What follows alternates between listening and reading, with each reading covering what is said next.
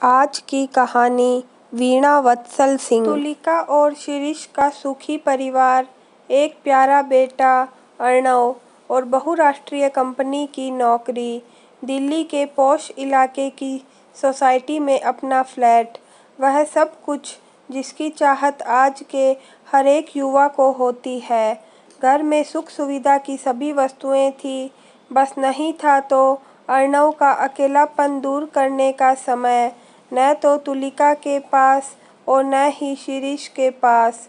School से आने के बाद अर्णव एकदम अकेला ही रहता, शाम के 7-8 बजे तक। जब छोटा था तो कुछ वर्षों तक तुलिका ने आया रखा था अर्णव की देखभाल के लिए, लेकिन 12 वर्ष की उम्र होते ही आया को हटा दिया गया और अर्णव के बैग में फ्लैट की डुप्लीकेट चाबी रख दी गई।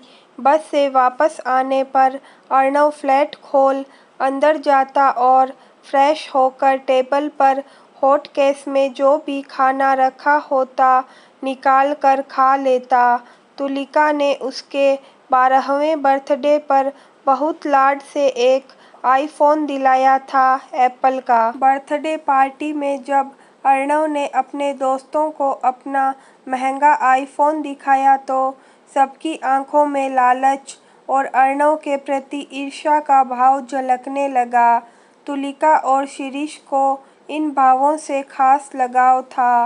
लोगों की आंखों और चेहरे के ऐसे भाव उन्हें संतुष्टि दे एक अनजाने गर्व से भर देते थे। शुरुआत में मोबाइल का उपयोग अर्णव केवल कॉल करने में करता था, लेकिन आए दिन स्कूल से मिलने वाले प्रोजेक्ट्स के लिए गूगल सर्च की बात कही जाती या फिर स्कूल के व्हाट्सएप ग्रुप के मैसेज समय से देखने होने बहुत ज़रूरी होने लगे तो शिरीष ने घर में वाईफाई लगवा अर्णव के मोबाइल पर व्हाट्सएप इंस्टॉल कर दिया।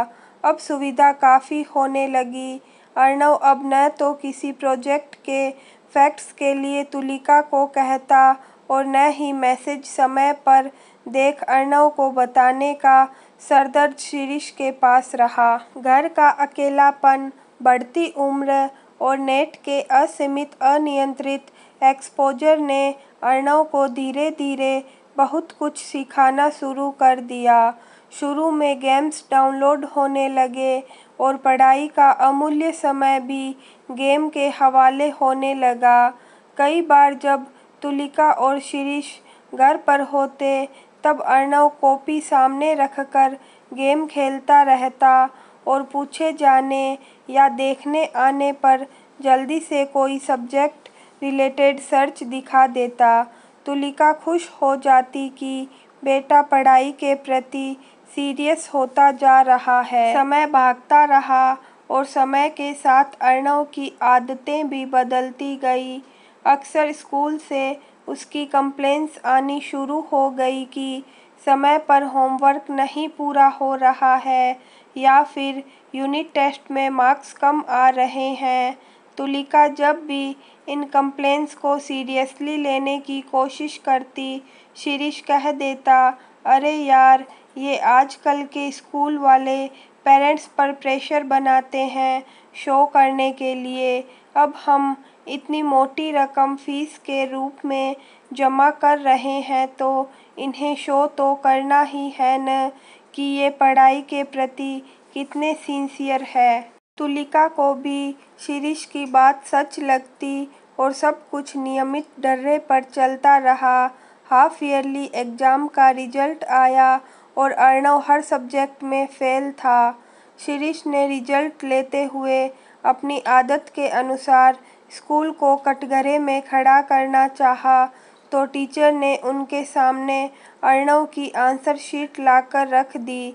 हर एक सब्जेक्ट में 1 या 2 क्वेश्चन के आंसर लिखने के बाद अर्णव ने या तो किसी वीडियो गेम के चित्र बनाए थे या फिर उल्टे सीधे गेम्स के नाम लिखे थे। बार बार कॉपी देखकर तुलिका और शिरीष के पैरों के नीचे की जमीन खिसक गई। घर आकर तुलिका ने अर्णव का फ़ोन खोलकर देखा तो कई उल्टे सीधे नामों वाले गेम्स डाउनलोडेड थे। इसके साथ सर्च में कई अश्लील वीडियोज सर्च हिस्ट्री में थे। तुलिका का सर घूम गया और वह सर पकड़कर वहीं जमीन पर बैठ गई। शिरीष ने अर्णव को बुलाकर 2-4 थप्पड़ मारने के बाद कड़ी हिदायत देते हुए कहा, मैं अभी तुम्हारे सभी गेम्स डिलीट कर रहा हूँ और वीडियोज़ की सारी सर्च हिस्ट्री भी डिलीट कर रहा हूँ। अब समय समय पर मैं तुम्हारा फ़ोन चेक करूँगा। अगर फिर से ये सभी फ़ोन पर नज़र आए तो मुझसे बुरा कोई नहीं होगा, समझे? जी पापा, अब से मैं यह सब नहीं करूँगा, अर्णव ने रोते हुए जवाब दिया। यह सब नहीं करोगे और पढ़ाई में पूरा पूरा मन लगाओगे, शिरीष ने सख्ती से कहा। रोते हुए अर्णव ने चुपचाप हाँ में सर हिलाया। इस घटना के बाद अर्णव गुमसुम सा रहने लगा। रोज शाम को घर आकर शिरीष पहले अर्णव का मोबाइल चेक करता और निश्चिंत हो जाता कि मोबाइल में कुछ है ही नहीं। समय बीतता गया और शिरीष को अपनी डांट पर भरोसा होने लगा कि डांट खाकर अर्णव सुधर गया है। साथ ही स्कूल ओवर के बाद स्कूल में ही चल रहे कोचिंग में भी अर्णव का एडमिशन करा दिया गया ताकि उसे घर पर अकेले रहने का समय कम से कम मिले। इस तरह 2 महीने बीतते बीतते शिरीष और तुलिका अर्णव के प्रति निश्चिंत हो गए और अब मोबाइल चेकिंग भी नहीं होने लगी। एक संडे किसी से बात करते करते तुलिका के मोबाइल की बैटरी डाउन हो गई तो उसने अर्णव का मोबाइल उठाया कॉल करने के लिए, लेकिन मोबाइल का स्क्रीन लॉक था। तुलिका ने अर्णव को स्क्रीन लॉक तुरंत हटाने को कहा। ना नुकुर करते हुए अर्णव ने मोबाइल स्क्रीन लॉक जैसे ही खोला, झपट कर तुलिका ने उससे फ़ोन ले लिया। इस बार का सर्च देख तुलिका दहल गई और भागकर शिरीष को मोबाइल दिखाया। शिरीष को काटो तो खून नहीं।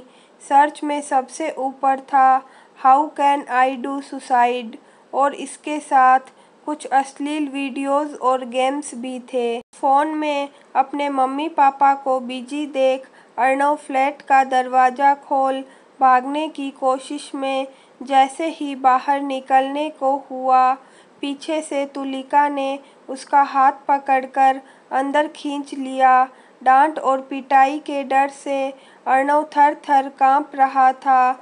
उसका पूरा शरीर पसीने से भीगा हुआ था।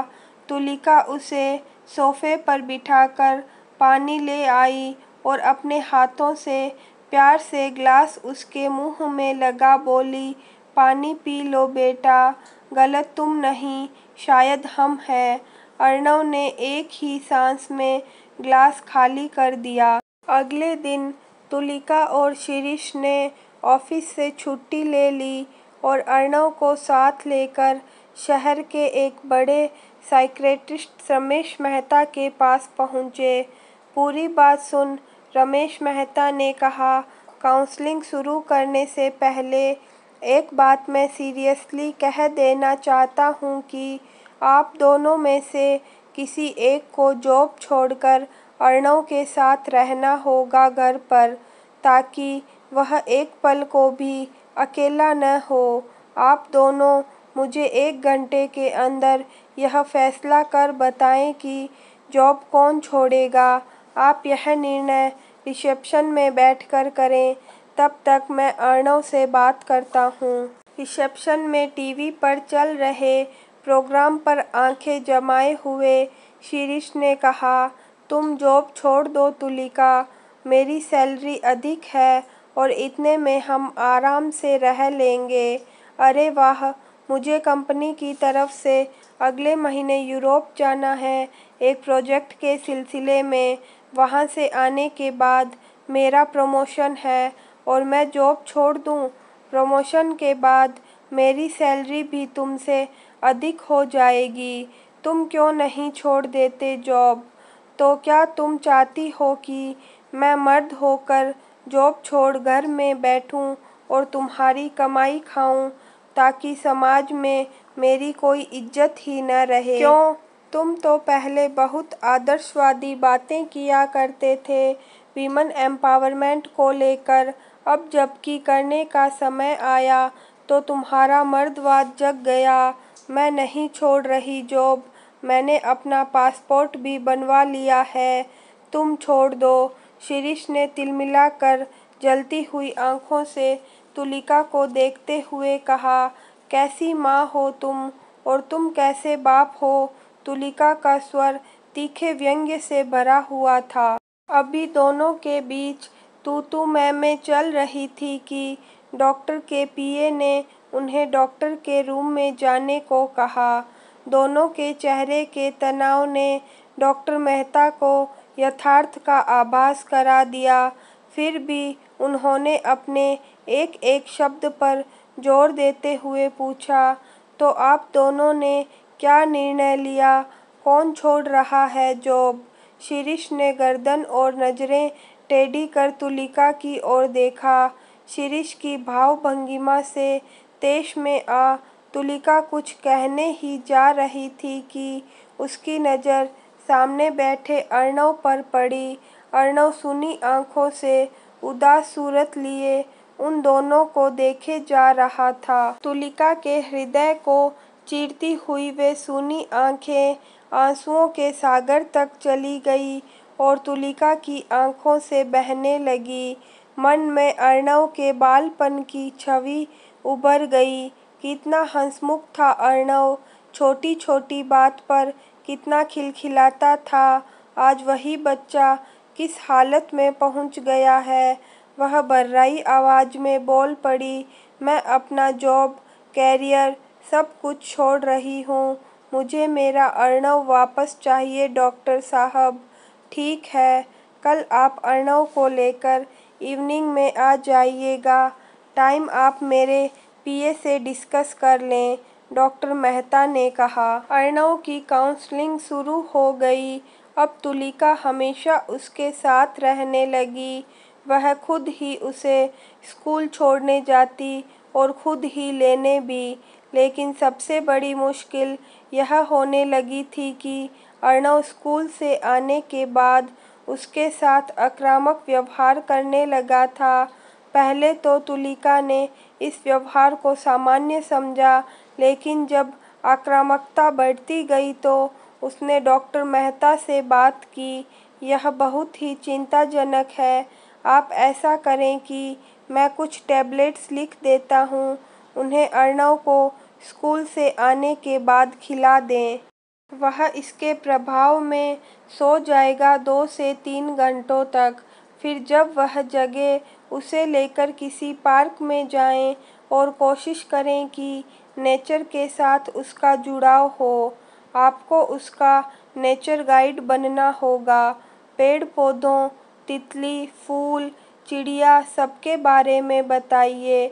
अगर संभव हो तो एक कैमरा लाकर दें और उससे कहिए कि वह उनकी फ़ोटो खींचे। फिर आप लैपटॉप पर उसे एडिट करने को कहिए।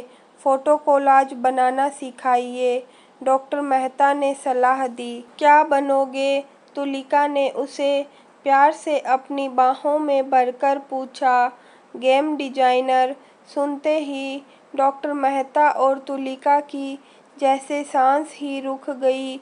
उन्हें अभी तक की मेहनत पर पानी फिरता नजर आया।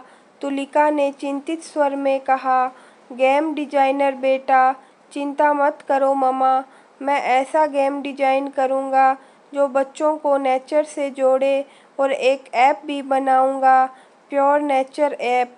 तुलिका की आंखों से खुशी के आंसू बह निकले। उसने अर्णव का माथा प्यार से चूम लिया। तुलिका के लिए यह समय अर्णव को पालने से भी अधिक कठिन लग रहा था, लेकिन उसने हिम्मत से काम लिया। धीरे धीरे अर्णव सामान्य होने लगा। उसके व्यवहार में सहजता आने लगी और खोई हुई हंसी वापस लौट आई। एक दिन काउंसलिंग के बीच में उठकर वह तुलिका के पास आया और उसके गले में लिपट कर बोला, मम्मा मैंने डिसाइड कर लिया है कि मैं बड़ा होकर क्या बनूंगा।